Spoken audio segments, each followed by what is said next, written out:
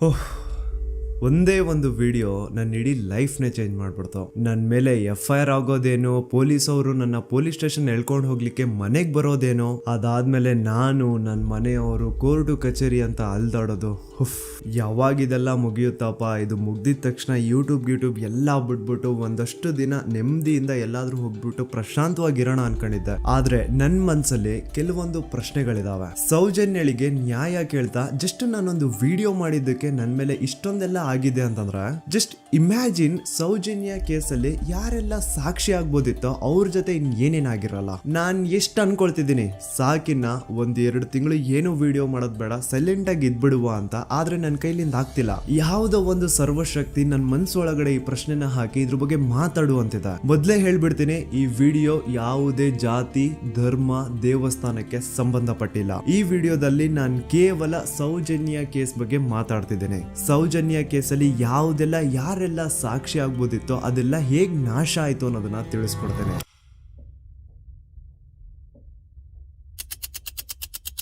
ನೆನಪು ಮಾಡ್ಕೊಳ್ಳಿ, 9 ಅಕ್ಟೋಬರ್ 2012 ಸೌಜನ್ಯ ಕಾಣೆ ಆದಾಗ ಸೌಜನ್ಯನ ಮನೆಯವರು ಅಂಡ್ ಊರಿನ 200-300 ಜನ ಸೇರ್ಕೊಂಡು ರಾತ್ರಿ 12 ಗಂಟೆವರೆಗೂ ಸೌಜನ್ಯಗೋಸ್ಕರ ಹುಡುಕ್ತಾರ. ಆದ್ರೆ ಸೌಜನ್ಯ ಸಿಗಲ್ಲ. ಮಿಡ್ ನೈಟ್ ಆಗಿರುತ್ತೆ ಅಂಡ್ ತುಂಬಾ ಜೋರ್ ಮಳೆ ಬರ್ತಾ ಇರುತ್ತೆ. ಇನ್ನು ಹುಡುಕೋದ್ ಬೇಡ, ಬೆಳಿಗ್ಗೆ ಎದ್ದು ಮತ್ತೆ ಎಲ್ರು ಹುಡುಕುವ ಅಂತ ಎಲ್ರು ತಮ್ಮ ಮನೆಗೆ ವಾಪಸ್ ಹೋಗ್ತಾರ. ದೆನ್ ನೆಕ್ಸ್ಟ್ ದಿನ ಅಂದ್ರೆ 10 ಅಕ್ಟೋಬರ್ 2012 ಸೌಜನ್ಯನ ಬಾಡಿ ಸಿಗುತ್ತೆ ಅಂಡ್ ಅವಳ ಬಾಡಿ ಪಕ್ಕದಲ್ಲಿ ಅವಳ ಕಾಲೇಜ್ ಬ್ಯಾಗ್ ಅಂಡ್ ಅವಳ ಬುಕ್ಸ್ ಎಲ್ಲ ಬಿದ್ದಿರ್ತವೆ. ಸೊ ಹಿಂದಿನ ದಿನ ಆ ಒಂದು ಜಾಗದಲ್ಲಿ ಅಷ್ಟು ಜೋರು ಮಳೆ ಬಂದಿದ್ರು ಸೌಜನ್ಯನ ಬ್ಯಾಗ್ ಅಂಡ್ ಅವಳ ಬುಕ್ಸ್ ಒಂದು ಚೂರುನು ನೆಂದಿರಲ್ಲ. ದಾಖಲೆ ಇದೆ ಸ್ವಾಮಿ, ದಾಖಲೆ ಇಲ್ದೆ ಈ ದೂತ ಸಮೀರ್ MD ಏನು ಮಾತಾಡಲ್ಲ. There was rain and the clothes of the victim were not stained with mud and the bag was not wet, even the books were not wet. ಹಿಂದಿನ ದಿನ ಅಷ್ಟು ಜೋರು ಮಳೆ ಬಂದಿದ್ರು ಸೌಜನ್ಯನ ಬುಕ್ಸ್ ಅಂಡ್ ಬ್ಯಾಗ್ ನೆಂದಿಲ್ಲ. ಹೇಗೆ? ಇದರ ಅರ್ಥ ಸೌಜನ್ಯನ ಆ ಒಂದು ಜಾಗದಲ್ಲಿ ಆಗೇ ಇಲ್ಲ, ಬೇರೆ ಯಾವುದೋ ಜಾಗದಲ್ಲಿ ಅವಳು ಆಯ್ತು. ನಂತರ ಅವಳ ಬಾಡಿನ ಅಲ್ಲಿ ತಂದು ಡಂಪ್ ಮಾಡಿರೋದು. ಸೊ ಈಗ ಯಾವೊಂದು ಜಾಗದಲ್ಲಿ ಸೌಜನ್ಯನ ಆಯ್ತು, ಆಕ್ಚುಲ್ ಆ ಒಂದು ಜಾಗನ ಹುಡುಕಾಡೋದ್ ಬಿಟ್ಟು ಪೊಲೀಸರು ಉಲ್ಟಾ ಏನ್ ಮಾಡ್ತಾರೆ ಅಂದ್ರೆ, ಯಾವೊಂದು ಜಾಗದಲ್ಲಿ ಸೌಜನ್ಯನ ಬಾಡಿ ಸಿಕ್ಕಿತ್ತೋ ಅದೇ ಜಾಗದಲ್ಲೇ ಅವಳು ಆಗಿತ್ತು ಅಂತ ಪ್ರೂವ್ ಮಾಡ್ಲಿಕ್ಕೆ ಹೊರಡ್ತಾರ. ಇಲ್ಲಿ ಪೊಲೀಸ್ ಅವರ ಬುದ್ಧಿವಂತಿಕೆ ನೋಡಿ, ಯಾವೊಂದು ಜಾಗದಲ್ಲಿ ಸೌಜನ್ಯನ ಬಾಡಿ ಸಿಕ್ಕಿತ್ತೋ ಅಲ್ಲಿ ಅವ್ರದ್ದು ಯಾವುದೇ ಒಂದು ಒಳ ಉಡುಪು ಸಿಗಲ್ಲ. ಅದಕ್ಕೆ ಇವ್ರು ಏನ್ ಮಾಡ್ತಾರೆ ಅಂದ್ರೆ, ನೆಕ್ಸ್ಟ್ ದಿನ ಸೌಜನ್ಯ ಮನೆಗೆ ಹೋಗ್ಬಿಟ್ಟು ಅಲ್ಲಿ ಮನೆಯವರಿಂದ ಸೌಜನ್ಯನ ಇನ್ನರ್ ವೇರ್ಸ್ ನ ಇಸ್ಕೊಂಡ್ ಬಂದು ಅದನ್ನ ನಂತರ ರಿಪೋರ್ಟ್ಸ್ ಅಲ್ಲಿ ಇದು ನಮ್ಗೆ ಸೌಜನ್ಯ ಬಾಡಿ ಸಿಕ್ಕಿದ ಜಾಗದಲ್ಲೇ ಸಿಕ್ಕಿದ್ದು ಅಂತ ಮೆನ್ಷನ್ ಮಾಡ್ತಾರೆ. ಪೊಲೀಸ್ನವರು ಅವಳ ಪುಸ್ತಕ ಎಲ್ಲ ಹುಡುಕಾಡಿದ್ರು, ಯಾರಾದ್ರೂ ಫೋನ್ ನಂಬರ್ ಉಂಟಾ ಅಂತ ಹೇಳಿ ತುಂಬ ನಾ ಎಲ್ಲ ತೆಗೆದುಕೊಟ್ಟೆ. ನನ್ನ ಮಗಳ ವಿಷಯ ನನಗೆ ಎಲ್ಲ ಗೊತ್ತು ಸರ್, ನೋಡಿ ಪುಸ್ತಕ ಅಂತ ನೋಡಿದೆ. ಅವಾಗ ನನ್ನ ತಂಗಿಯ ಒಂದು ನಂಬ್ರ ಇತ್ತು, ಆ ನಂಬ್ರನ್ನು ತಗೊಂಡೋಗಿದ್ದಾರೆ. ಆಮೇಲೆ ಮನೆಯಿಂದ ಮರು ದಿವಸ ಸಂತೋಷ್ ರಾವ್ ಸಿಕ್ಕಿದ ದಿವಸ ಹೊಲ ಉಡುಪು ಇದೆಯಲ್ಲ ಸರ್, ಅದು ಮನೆಯಿಂದ ತಗೊಂಡೋಗಿದ್ದಾರೆ. ಅದಕ್ಕೆ ನಾವು ಒಂದು ಗುರುತಿಗೆ ಒಂದು ಸ್ಟಿಚ್ ಮಾಡಿಕೊಟ್ಟಿದ್ದೇವೆ, ನೂಲಿನ ಒಂದು ಬಿಳಿ ನೂಲಿನ ಒಂದು ಸ್ಟಿಚ್ ಮಾಡಿಕೊಟ್ಟಿದ್ದೇವೆ. ಅದನ್ನೇ ತನಿಖೆಗೆ ಅವರಲ್ಲಿ ಇಟ್ಟಿದ್ದಾರೆ. ನೋಡಿ, ಪೊಲೀಸ್ ಅವ್ರ ಪ್ರಕಾರ ಸೌಜನ್ಯ ಆಗಿದ್ದು ಆ ಒಂದು ಹಳ್ಳ ಹತ್ರ, ಆದ್ರೆ ಆಕ್ಚುಲಿ ಅಲ್ಲಿ ಆಗೇ ಇಲ್ಲ. ಬಟ್ ಸ್ಟಿಲ್ ಈ ಒಂದು ಪಾಯಿಂಟ್ ನ ಪ್ರೂವ್ ಮಾಡ್ಲಿಕ್ಕೆ ಪೊಲೀಸ್ ಅವರು ಯಾವ ಮಟ್ಟಕ್ಕೆ ಹೋಗ್ತಾರೆ ಅಂತಂದ್ರೆ, ಯಾವೊಂದು ಜಾಗದಲ್ಲಿ ಸೌಜನ್ಯನ ಬಾಡಿ ಸಿಕ್ಕಿತ್ತೋ ಅಲ್ಲಿಂದ 50 ಅಡಿ ದೂರದಲ್ಲಿ ಸಂತೋಷ್ ರಾವ್ನ ಒಂದು ಟೆಂಟ್ ಹಾಕ್ಸ್ತಾರ. ಸೌಜನ್ಯನ ಆಗ್ಬೇಕಾದ್ರೆ ಎಲ್ಲೋ ಬಾಹುಬಲಿ ಬೆಟ್ಟದಲ್ಲಿ ಇದ್ದಂತಹ ಸಂತೋಷ್ ರಾವ್ ಇಲ್ಲ ಅದೇ ಜಾಗದಲ್ಲಿ ಇದ್ದ ಅಂತ ಪ್ರೂವ್ ಮಾಡ್ಲಿಕ್ಕೆ ಸಂತೋಷ್ ರಾವ್ನ ಒಂದು ಟೆಂಟ್ ಹಾಕ್ತಾರೆ. ಒಂದಿಷ್ಟು ಪ್ಲಾಸ್ಟಿಕ್ ಚೀಲಗಳನ್ನ ಹಾಸ್ಬಿಟ್ಟು ಅದ್ರ ಮೇಲೆ ಸಂತೋಷ್ ರಾವ್ನ ಕೆಲವೊಂದು ಥಿಂಗ್ಸ್ ಇಟ್ಬಿಟ್ಟು ಇವ್ನು ಇಲ್ಲೇ ಇದ್ದ ಅಂತ ಪ್ರೂವ್ ಮಾಡಿಸ್ತಾರ. ಈಗ ಸ್ವಲ್ಪ ತಲೆ ಯೂಸ್ ಮಾಡಿ, ಸೌಜನ್ಯ ಕಾಣೆಯಾಗಿದ್ದ ದಿನ ಸೌಜನ್ಯನ ಮನೆಯವರು ಅಂಡ್ ಊರಿನ ಜನ ಸುಮಾರು 200-300 ಜನ ಸೇರ್ಕೊಂಡ್ಬಿಟ್ಟು ಸೌಜನ್ಯಗೋಸ್ಕರ ಹುಡುಕ್ತಾರ. ಅವ್ರು ಅದೇ ಜಾಗದಲ್ಲಿ ಹುಡುಕ್ತಾರ ಗುರು, ಎಲ್ಲೂ ಜಾಸ್ತಿ ದೂರ ಹೋಗಲ್ಲ, ಅದೇ ಜಾಗದಲ್ಲಿ ಹುಡುಕ್ತಿರ್ತಾರ. ಕತ್ಲೆಯಲ್ಲಿ ಸೌಜನ್ಯನ ಬಾಡಿ ಕಾಣಿಸಿಲ್ಲ ಅನ್ಕೊಳ್ಳಿ, ಏನೋ ಸ್ವಲ್ಪ ಪೊದೆಗಳ ಹಿಂದೆ ಅಥವಾ ಬೇಲಿಗಳು ಅಡ್ಡ ಬಂದಿರಬಹುದು, ಹಾಗಾಗಿ ಅವಳ ಬಾಡಿ ಕಾಣಿಸಿಲ್ಲ ಅನ್ಕೊಳ್ಳಿ. ಆದ್ರೆ ಅಲ್ಲಿಂದನೇ 50 ಅಡಿ ದೂರದಲ್ಲಿರುವಂತಹ ಸಂತೋಷ್ ರಾವ್ನ ಟೆಂಟ್ ಆ 200-300 ಜನರಲ್ಲಿ ಒಬ್ರಿಗೂ ಕಾಣಿಸಿಲ್ವಾ? ಅಷ್ಟೇ ಅಲ್ಲ, ನೆಕ್ಸ್ಟ್ ದಿನ ಅಂದ್ರೆ 10 ಅಕ್ಟೋಬರ್ 2012 ಸೌಜನ್ಯನ ಮೃತದೇಹ ಸಿಕ್ಕಿದೆ ಅನ್ನೋ ಒಂದು ನ್ಯೂಸ್ ಲೋಕ್ ಲೈಟ್ಸ್ ಗೆಲ್ಲ ಗೊತ್ತಾದಾಗ ಅಲ್ಲಿ ಒಂದು ಅಂದಾಜು ಪ್ರಕಾರ 3000 ಜನ ಸೇರ್ತಾರಂತ. ಆಗ್ಲೂ ಸಹ ಆ 3,000 ಜನರಲ್ಲಿ ಒಬ್ರಿಗೂ ಸಹ ಆ ಸಂತೋಷ್ ರಾವ್ನ ಟೆಂಟ್ ಕಾಣಿಸೇ ಇಲ್ಲ. ಜಾಸ್ತಿ ದೂರ ಇಲ್ಲ ಗುರು, ಎಲ್ಲಿ ಬಾಡಿ ಸಿಕ್ಕಿರುತ್ತೋ ಅಲ್ಲಿಂದ 50 ಅಡಿ ದೂರ ಅಷ್ಟೇ. ಆದ್ರೂ ಆ ಟೆಂಟ್ ಯಾರಿಗೂ ಕಾಣಿಸೇ ಇಲ್ಲ. ಹೇಗೆ? ಯಾಕಂತಂದ್ರೆ ಆ ಟೆಂಟ್ ಅಲ್ಲಿ ಇರ್ಲೇ ಇಲ್ಲ. ಇದ್ರೆ ತಾನೇ ಕಾಣಿಸೋದಕ್ಕೆ. ಪಾಪ ಸಂತೋಷ್ ರಾವ್ನ ಈ ಕೇಸಲ್ಲಿ ಹೆಂಗಾದ್ರೂ ಮಾಡಿ ಫಿಟ್ ಮಾಡ್ಲೇಬೇಕು ಅಂತ ಪೊಲೀಸ್ ಅವ್ರು ಫಿಕ್ಸ್ ಆಗ್ಬಿಟ್ಟಿದ್ರು. ಇನ್ನೊಂದು ಲಾಜಿಕಲ್ ಪಾಯಿಂಟ್ ಹೇಳ್ತೀನಿ ನಿಮ್ಗೆ. ಈ ಒಂದು ಸ್ಟೇಟ್ಮೆಂಟ್ ನ ನೋಡಿ. ಈ ಸ್ಟೇಟ್ಮೆಂಟ್ ಬೇರೆ ಯಾರು ಕೊಟ್ಟಿದ್ದಲ್ಲ ಗುರು. 5 ಜನ ಕಿಡಿಗೇಡಿಗಳು ಸಂತೋಷ್ ರಾವ್ನ ಬಾಹುಬಲಿ ಬೆಟ್ಟದಿಂದ ಕರ್ಕೊಂಡ್ ಬಂದು ಪೊಲೀಸ್ ಅವ್ರ ಕೈಗೆ ಒಪ್ಸಿದ್ರು. ಆ ಕಿಡಿಗೇಡಿಗಳಲ್ಲೇ ಒಬ್ಬ ಕೊಟ್ಟಂತಹ ಸ್ಟೇಟ್ಮೆಂಟ್ ಇದು. ಇದ್ರಲ್ಲಿ ಇವನ್ ಹೇಳ್ತಿದ್ದಾನೆ ಸಂತೋಷ್ ರಾವ್ ಕೈಯಲ್ಲಿ ಒಂದು ಚೀಲ ಇತ್ತು ಅಂತ. ಈಗ ಸಂತೋಷ್ ರಾವ್ನ ಅರೆಸ್ಟ್ ಮಾಡಾದ್ಮೇಲೆ ಅವನ ಕೈಯಲ್ಲಿ ಇದ್ದಂತಹ ಚೀಲ ಕೂಡ ಪೊಲೀಸ್ ಅವರು ತಮ್ಮ ಕಸ್ಟಡಿಗೆ ತಗೊಂಡಿರ್ತಾರೆ ತಾನೆ. ಹಾಗಿದ್ರೆ ಸಂತೋಷ್ ರಾವ್ನ ಚೀಲ ಅಂಡ್ ಅದ್ರಲ್ಲಿ ಇದ್ದಂತಹ ಅವನ ವಸ್ತುಗಳು ಪೊಲೀಸ್ ಕಸ್ಟಡಿಲೇ ಇರ್ಬೇಕೆ ಹೊರತು ಅದ್ಯಾವುದೋ ಕಾಡಲ್ಲಿ ಆ ಟೆಂಟ್ ಒಳಗಡೆ ಅಲ್ಲ. ಅಂಡ್ ಇನ್ನೊಂದು ಮೇನ್ ಇಂಪಾರ್ಟೆಂಟ್ ಆಗಿ ಸಂತೋಷ್ ರಾವ್ನ ಪೊಲೀಸ್ ಅವರು ಕಸ್ಟಡಿಗೆ ತಗೊಂಡಿದ್ದು 11 ಅಕ್ಟೋಬರ್ 2012. ಆದ್ರೆ ಅಫಿಷಿಯಲ್ ಆಗಿ ಪೇಪರ್ಸ್ ಮೇಲೆ ತೋರಿಸಿರೋದು 13 ಅಕ್ಟೋಬರ್ 2012. ಹಾಗಿದ್ರೆ ಆ 2 ದಿನ ಸಂತೋಷ್ ರಾವ್ನ ಪೊಲೀಸ್ ಸ್ಟೇಷನ್ ಅಲ್ಲಿ ಇಟ್ಕೊಂಡು ಪೊಲೀಸ್ ಅವರು ಏನ್ ಮಾಡ್ತಿದ್ರು? ಇದು ಇಲ್ಲಿಗಲ್ ಡಿಟೆನ್ಷನ್ ತಾನೆ. ಈಗಷ್ಟೇ ನಾನು ಡಾಕ್ಟರ್ ಆದಮ್ ಅವ್ರು ಕೊಟ್ಟಂತಹ ಪೋಸ್ಟ್ ಮಾರ್ಟಮ್ ರಿಪೋರ್ಟ್ ನೋಡಿದೆ. ಅಂಡ್ ಇದ್ರಲ್ಲಿ ಏನಿದೆ ಗೊತ್ತಾ? ಸೌಜನ್ಯ ಸತ್ತಾದ್ಮೇಲೆ ಅಲ್ಲ, ಅವಳು ಬದುಕಿರ್ಬೇಕಾದ್ರೇನೆ, ಅವಳು ಮಾಡ್ತಾ ಇರ್ಬೇಕಾದ್ರೇನೆ ಆ ದುಷ್ಕರ್ಮಿಗಳು ಅವಳ ಯೋನಿ ಒಳಗಡೆ 6 ಇಂಚು ಮಣ್ಣು ತುಂಬಿರೋದು. ಅಂಡ್ ರೀಸೆಂಟ್ ಆಗಿ ಬರ್ತಾ ಇರುವಂತಹ ಇನ್ನೊಂದು ಬಿಗ್ಗೆಸ್ಟ್ ಅಲಿಗೇಷನ್ ಏನು ಅಂತಂದ್ರೆ ಸಂತೋಷ್ ರಾವ್ ಬ್ರೈನ್ ಮ್ಯಾಪಿಂಗ್ ಗೆ ಒಪ್ಕೊಂಡಿಲ್ಲ ಅಂತ. ಅಂತವ್ರು ಪ್ಲೀಸ್ ಈ ಒಂದು ಡಾಕ್ಯುಮೆಂಟ್ ನ ಕಂಡ್ಬಿಟ್ಟು ನೋಡಿ. ಇಲ್ಲಿ ಸಂತೋಷ್ ರಾವೇ ಹೇಳ್ತಿದ್ದಾನೆ, ಅಪರಾಧಿ ಎಂದು ಸಾಬೀತು ಮಾಡಲು ಅಗತ್ಯವಿರುವ ಯಾವುದೇ ವೈಜ್ಞಾನಿಕ ಪರೀಕ್ಷೆಗೆ ಒಳಪಡಲು ಸ್ವಯಂ ಇಚ್ಛೆ ವ್ಯಕ್ತಪಡಿಸಿರುತ್ತೇನೆ. ಕೆಳಗಡೆ ಸಂತೋಷ್ ರಾವ್ನ ಸಿಗ್ನೇಚರ್ ಇದೆ ಅಂಡ್ ಈ ಕಡೆ ಕೋರ್ಟ್ ನ ಸೀಲ್ ಕೂಡ ಇದೆ. ಅಂಡ್ ಇನ್ನೊಂದು ವಿಷಯ, ನನ್ನ ವಿಡಿಯೋದಲ್ಲಿ ನಾನು ಹೇಳಿದ್ದೀನಿ ಸಂತೋಷ್ ರಾವ್ಗೆ ಫಿಮೋಸಿಸ್ ಅನ್ನೋ ಒಂದು ಕಾಯಿಲೆ ಇತ್ತು ಅಂತ. ಅಂಡ್ ಅಲ್ಲಿ ಇನ್ನೊಂದು ಪಾಯಿಂಟ್ ಕೂಡ ಹೇಳಿದ್ದೀನಿ, ಇನ್ ಕೇಸ್ ಅವನ್ ಏನಾದ್ರು ಮಾಡಿದ್ರೆ ನರಕ ಅನುಭವಿಸ್ತಾನೆ ಅಂತ.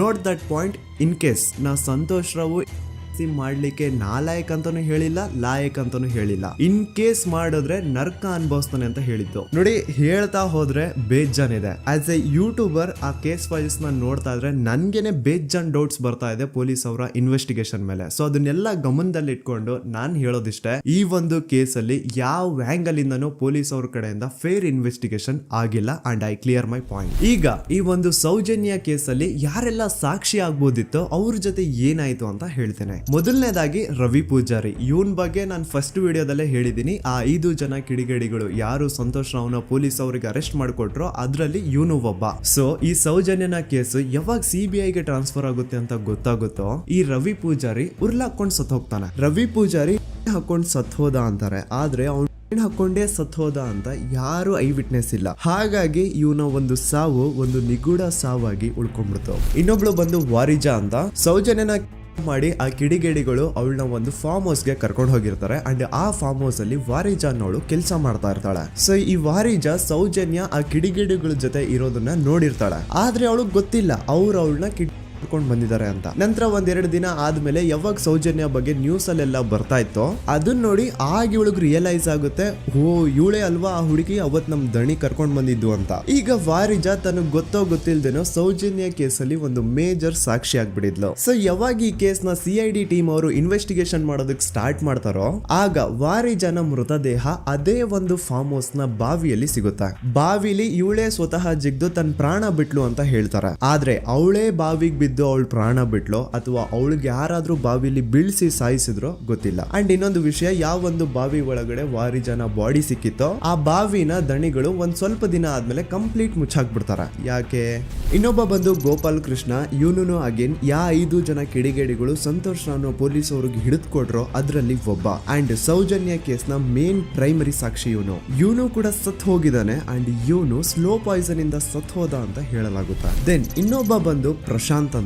ಸೌಜನ್ಯನ ಮಾಡಿ ಆ ಕಿಡಿಗೇಡಿಗಳು ಅವಳನ್ನ ಯಾವ ಜಾಗಕ್ಕೆ ಕರ್ಕೊಂಡು ಹೋಗಿದ್ರೋ ಇವನು ಆ ಜಾಗದಲ್ಲಿ ಕೆಲಸ ಮಾಡೋನು. ಇವನು ಪಾಪ ಸೌಜನ್ಯನ ಆ ಕಿಡಿಗೇಡಿಗಳಿಂದ ಬಿಡಿಸೋದಕ್ಕೆ ಟ್ರೈ ಮಾಡ್ತಾನೆ, ಆದ್ರೆ ಅದು ಸಾಧ್ಯ ಆಗಲ್ಲ. ನಂತರ ಕೆಲವೇ ದಿನಗಳಲ್ಲಿ ಇವಂದು ಕೊಲೆ ಆಗುತ್ತಾ.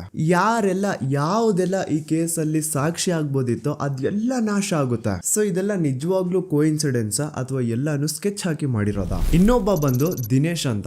ಇವನು ಕೂಡ ಸೌಜನ್ಯ ಕೇಸಲ್ಲಿ ಒಬ್ಬ ಸಾಕ್ಷಿನೇ. ಸೌಜನ್ಯನ ಯಾರೋ ಕಿಡಿಗೇಡಿಗಳು ಕಿಡ್ನಾಪ್ ಮಾಡ್ಕೊಂಡು ಮಾಡ್ಕೊಂಡು ಹೋಗ್ತಾ ಇರ್ಬೇಕಾದ್ರೆ ದಿನೇಶ್ ಅದನ್ನ ಕಣ್ಣಾರೆ ಕಂಡಿರ್ತಾನೆ. ಇವನ್ ಹೋಗ್ಬಿಟ್ಟು ಪೊಲೀಸ್ ಅವ್ರಿಗೆ ಹೇಳ್ತಾನೆ ಕೂಡ, ಆದ್ರೆ ಪೊಲೀಸ್ ಅವರು ಯಾರು ಇವನ್ ಮಾತನ್ನ ತಲೆಗೆ ಹಾಕೊಳ್ಳಲ್ಲ. ಅದಾದ್ಮೇಲೆ ಒಂದು ದಿನ ಸಡನ್ಲಿ ಇವನು ರೋಡ್ ಆಕ್ಸಿಡೆಂಟ್ ಅಲ್ಲಿ ಸಾಯ್ತಾನೆ.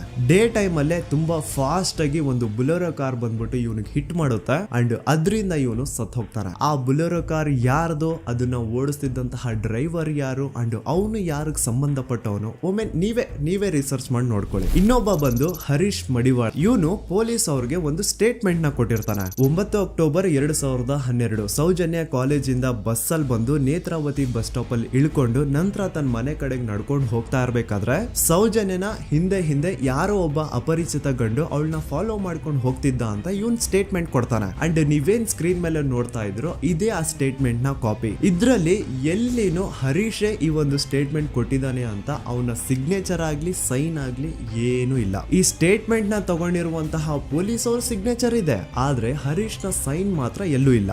ಯಾಕಂತಂದ್ರೆ ಈ ಸ್ಟೇಟ್ಮೆಂಟ್ ನ ಹರೀಶ್ ಕೊಟ್ಟೇ ಇಲ್ಲ. ಎಲ್ಲಿ ಈ ಒಂದು ಕೇಸು CBI ಹೋಗಿ ಅವಾಗ CBI ಅವರು ಹರೀಶ್ ನ ಕರೆಸ್ಬಿಟ್ಟು ಇದ್ರ ಬಗ್ಗೆ ಕೇಳಿದಾಗ ಎಲ್ಲಿ ಹರೀಶ್ ಈ ಸ್ಟೇಟ್ಮೆಂಟ್ ನ ನಾನು ಕೊಟ್ಟೇ ಇಲ್ಲ ಸರ್ ಅಂತ ಬಾಯಿ ಬಿಟ್ಬಿಡ್ತಾನೋ ಅಂತ ಹರೀಶ್ ನು ಕೂಡ ಸಾಯ್ ಹೊಡಿತಾರೆ. ಹರೀಶ್ ಒಮ್ಮೆ ತನ್ನ ಬೈಕ್ ಅಲ್ಲಿ ಹೋಗ್ತಾ ಇರ್ಬೇಕಾದ್ರೆ ಯಾವುದೋ ಒಂದು ಅಪರಿಚಿತ ಕಾರ್ ಬಂದ್ಬಿಟ್ಟು ಅವನ್ನ ಗುದ್ಬಿಡುತ್ತೆ ಅಂಡ್ ಅದರಿಂದ ಹರೀಶ್ ನ ಸಾವಾಗುತ್ತೆ. ನೋಡಿ, ಯಾವುದೇ ಆಕ್ಸಿಡೆಂಟ್ ಕೇಸ್ ಅಲ್ಲಿ ರೂಲ್ ಏನು ಅಂತಂದ್ರೆ ಇನ್ ಕೇಸ್ ನನ್ಗೆ ಯಾವ್ದಾದ್ರು ಬಂದು ಒಂದು ವೆಹಿಕಲ್ ಏನಾದ್ರು ಹಿಟ್ ಮಾಡಿದಾಗ ನನ್ಗೇನಾದ್ರು ಪ್ರಜ್ಞೆ ಇದ್ರೆ ನಾನ್ ಪೊಲೀಸ್ ಅವ್ರಿಗೆ ಕಂಪ್ಲೇಂಟ್ ಕೊಡ್ಬೋದು, ಅಥವಾ ನನ್ನ ಹೆಂಡತಿ ಏನಾದ್ರು ಇದ್ರೆ ಅವ್ರು ಪೊಲೀಸ್ ಅವ್ರಿಗೆ ಕಂಪ್ಲೇಂಟ್ ಕೊಡ್ಬೋದು, ಅಥವಾ ತಂದೆ ತಾಯಿ ರಕ್ತ ಸಂಬಂಧ ಯಾರಿರ್ತಾರೋ ಅವ್ರು ಕಂಪ್ಲೇಂಟ್ ಕೊಡ್ಬೋದು. ಆದ್ರೆ ಹರೀಶ್ ಕೇಸ್ ಅಲ್ಲಿ ಯಾರೋ ಒಬ್ಬ ಥರ್ಡ್ ಪರ್ಸನ್ ಬಂದ್ಬಿಟ್ಟು ಕಂಪ್ಲೇಂಟ್ ಕೊಡ್ತಾನೆ. ಆ ಥರ್ಡ್ ಪರ್ಸನ್ ಯಾರು, ಅವನ್ಗೂ ಹರೀಶ್ಗೂ ಏನ್ ಸಂಬಂಧನೇ ಇಲ್ಲ. ನೀವು 2021 ಹರೀಶ್ ಮಡಿವಾಳ ಒಂದು ಕಂಪ್ಲೇಂಟ್ ಕೊಟ್ಟಿದ್ರಿ. ಹರೀಶ್ ಮಡಿವಾಳ ಆಕ್ಸಿಡೆಂಟ್ ಕೇಸಲ್ಲಿ. ಅವ್ರಿಗೆ ನೀವ್ ಏನಾಗ್ಬೇಕು ಸರ್? ಸರ್ ನಾವು ಸ್ಟಾಪ್ ಅಷ್ಟೇ. ಎಲ್ಲಿದ್ದು ಸ್ಟಾಪ್ ಸರ್? ಧರ್ಮಸ್ಥಳ ಅನ್ನಪೂರ್ಣದ. ನಿಮ್ಗೆ ಏನಾದ್ರು ಗೊತ್ತಿತ್ತ ಸರ್ ಅದು ಪ್ರಕರಣದ ಬಗ್ಗೆ? ಸರ್ ನಂಗೇನು ಗೊತ್ತಿಲ್ಲ ಸರ್. ಗೊತ್ತಿಲ್ವಾ? ಗೊತ್ತಿಲ್ಲ. ನಾನು ಹಿಂದಿಂದ ಹೋಗ್ತಿದ್ದೆ ಡ್ಯೂಟಿಗೆ, ಅವ್ರು ಮುಂದಿಂದ ಹೋಗ್ತಿದ್ರು. ನೀವು ನಾನು ಸ್ಪಾಟಲ್ಲಿ ಇದ್ರಾ?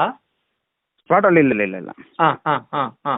ಯಾಕಂದ್ರೆ ನಂಗೆ ಗೊತ್ತಾದ ಛತ್ರಕ್ಕೆ ಹೋದ್ಮೇಲೆ ಮತ್ತೆ ಕಂಪ್ಲೇಂಟ್ ಕೊಟ್ರಿ ನೀವು? ಸರ್ ನಾನು ಕೊಟ್ಟದಂದ್ರೆ ನನ್ನ ಮ್ಯಾನೇಜರ್ ಕಳಿಸಿದ್ದೆ ಅಷ್ಟೇ. ಇಲ್ಲಿಂದ? ಧರ್ಮಸ್ಥಳದಿಂದ. ಸೇಮ್ ಇದೇ ತರಾನೇ ಆನೆ ಮಾವುತನ ಕೇಸಲ್ಲೂ ಆಗಿದ್ದು. ಮನೆಯವ್ರು ಹೋಗಿ ಕಂಪ್ಲೇಂಟ್ ಕೊಟ್ರೆ ಪೊಲೀಸವ್ರು ಕಂಪ್ಲೇಂಟ್ ತಗೊಳಲ್ಲ, ಆದ್ರೆ ಅದೇ ಯಾರೋ ಒಬ್ಬ ಥರ್ಡ್ ಪರ್ಸನ್ ಬಂದು ಕಂಪ್ಲೇಂಟ್ ಕೊಟ್ರೆ ಪೊಲೀಸ್ ಅವರು ಕಂಪ್ಲೇಂಟ್ ಬರೀತಾರೆ. ಆನೆ ಮಾವುತನ ಹೆಂಡತಿ ಲೋಕಲ್ ಪೊಲೀಸ್ ಸ್ಟೇಷನ್ಗೆ ಕಂಪ್ಲೇಂಟ್ ಕೊಡಕ್ ಹೋದ್ರೆ ಅವ್ರು ಕಂಪ್ಲೇಂಟ್ ತಗೊಳ್ತಿಲ್ಲ ಸರ್ ಅಂತ ಹೇಳ್ಬಿಟ್ಟು SP ಆಫೀಸ್ಗೆ ಲೆಟರ್ ಬರ್ದಿರೋದು ಸಹ ಇದೆ. But still no action was taken. So SP ಆಫೀಸ್ಗೆ ಲೆಟರ್ ಕೊಟ್ಟಾದ್ಮೇಲೆ ಏನು ತನಿಖೆ ಆಗದೆ ಇದ್ದಾಗ ಆಗ ಆನೆ ಮಾವುತನ ಮಕ್ಕಳು ಹೋಗ್ಬಿಟ್ಟು IGPಗೆ ಒಂದು ಲೆಟರ್ ಬರ್ದು ಕೊಡ್ತಾರೆ. ಆದ್ರೂ ಸಹ ಇನ್ನೂವರೆಗೂ ಸರಿಯಾದ ತನಿಖೆ ಆಗೇ ಇಲ್ಲ ಅಂಡ್ ರಿಯಲ್ ಆರೋಪಿಗಳು ಯಾರು ಅಂತ ಗೊತ್ತಾಗೇ ಇಲ್ಲ. ನಿಜ ಹೇಳ್ತಾ ಇದ್ದೀನಿ, ಆ ಒಂದು ಪ್ಲೇಸ್ ಅಲ್ಲಿ ಸೀರೀಸ್ ಆಫ್ ಕೇಸಸ್ ಆಗಿದಾವೆ ಅಂಡ್ ಯಾವ್ದ್ರಲ್ಲೂ ಪೊಲೀಸ್ ಅವ್ರ ಕಡೆಯಿಂದ ಫೇರ್ ಇನ್ವೆಸ್ಟಿಗೇಷನ್ ಆಗೇ ಇಲ್ಲ. ಇದ್ರ ಬಗ್ಗೆ ಮಾತಾಡ್ರೋ, ಪೊಲೀಸ್ ಇನ್ವೆಸ್ಟಿಗೇಷನ್ ಮೇಲೆ ಕ್ವಶನ್ ರೈಸ್ ಮಾಡ್ರೋ, ಆ ಹುಡುಗಿಗೆ ನ್ಯಾಯ ಸಿಗ್ಲಿ ಸಪೋರ್ಟ್ ಮಾಡ್ರೋ ಅಂದ್ರೆ ಇದ್ರ ಬಗ್ಗೆ ಯಾವನು ಮಾತಾಡಲ್ಲ. ಇದ್ರ ಬದಲಾಗಿ ನನ್ ಬಗ್ಗೆ ಮಾತಾಡೋದಕ್ಕೆ ಹೇಳಿ ತುಂಬಾ ಚೆನ್ನಾಗಿ ನನ್ ಬಗ್ಗೆ ನೆಗೆಟಿವಿಟಿ ಹುಟ್ಟಿಸ್ತಾರ.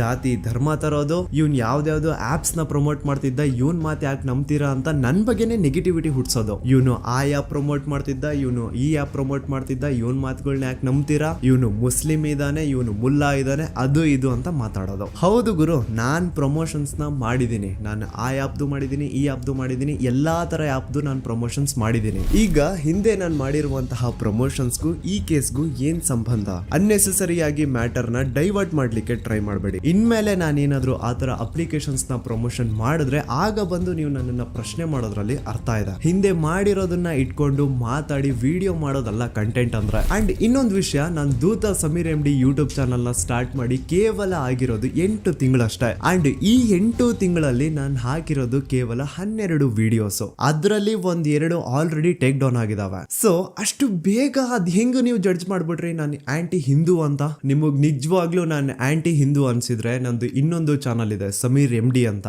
ಅಲ್ಲಿ ನಾನು ಅಪ್ಲೋಡ್ ಮಾಡಿರುವಂತಹ ಈ ಎಲ್ಲಾ ವಿಡಿಯೋಸ್ ನ ನೋಡಿ.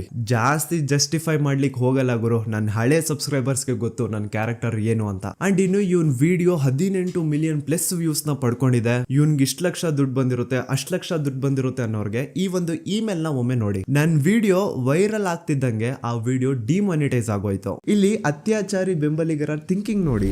ಆ ವಿಡಿಯೋ ಇಂದ ನನ್ಗೆ ಎಷ್ಟು ರೆವೆನ್ಯೂ ಬಂತು ಅನ್ನೋದನ್ನ ಥಿಂಕ್ ಮಾಡ್ತಿದ್ದಾರೆ. ಆ ವಿಡಿಯೋ ಇಂದ ನಾನು ಎಷ್ಟು ಸಫರ್ ಆಗಿರ್ಬೋದು ಅನ್ನೋದನ್ನ ಥಿಂಕ್ ಮಾಡಿದ್ರ ನೋಡಿ. ನಾನೊಂದು ವಿಡಿಯೋ ಮಾಡಿದ್ದಕ್ಕೆ ಜನ ಜಾಗೃತರಾದ್ರು. ನನ್ಗೆ ನನ್ ಬಗ್ಗೆ ನಿಮ್ ಬಗ್ಗೆ ತುಂಬಾ ಹೆಮ್ಮೆ ಇದೆ. ನೀವೆಲ್ಲ ಜಾತಿ ಧರ್ಮ ಅನ್ನೋದು ಮುಖ್ಯ ಅಲ್ಲ, ನ್ಯಾಯ ಮುಖ್ಯ ಅಂತ ಬೆಂಬಲಿಸಿದ್ರೆ. ಸೌಜನ್ಯನ ತಾಯಿ ಅಂಡ್ ಕುಟುಂಬದವರು 13 ವರ್ಷದಿಂದ ಧೈರ್ಯವಾಗಿ ನ್ಯಾಯಕ್ಕಾಗಿ ಬೇಡ್ತಾವ್ರೆ. 13 ವರ್ಷದಿಂದ ಮಹೇಶ್ ಶೆಟ್ಟಿ ಸರ್ ಒಂದು ಹೆಣ್ಣು ಮಗುವಿನ ನ್ಯಾಯಕ್ಕೆ ಎಲ್ಲಾ ತರದ ಅವಮಾನ ಸಹಿಸಿಕೊಂಡು ಬೆಟ್ಟದಂತೆ ನಿಂತು ಎಲ್ಲೂ ಕಾಂಪ್ರಮೈಸ್ ಆಗದೆ ಹೋರಾಟ ಮಾಡ್ತಾವ್ರೆ. ಈಗ ಈ ನಿಮ್ಮ ದೂತ ಸಮೀರ್ MD ಇಂದ ಕರ್ನಾಟಕಾದ್ಯಂತ ಅನೇಕ ಕನ್ನಡ ಪರ ಸಂಘಟನೆಗಳು, ಎಲ್ಲಾ ವಿಚಾರ, ಎಲ್ಲಾ ಪಂಥದ ಪ್ರಗತಿಪರ ವೇದಿಕೆಗಳು ಸೌಜನ್ಯ ನ್ಯಾಯಕ್ಕಾಗಿ ಒಂದಾಗಿವೆ. ಅಂಡ್ ಈ ಹೋರಾಟ ಕೇವಲ ಸೌಜನ್ಯಳಿಗೆ ಮಾತ್ರ ಸೀಮಿತ ಆಗಿಲ್ಲ.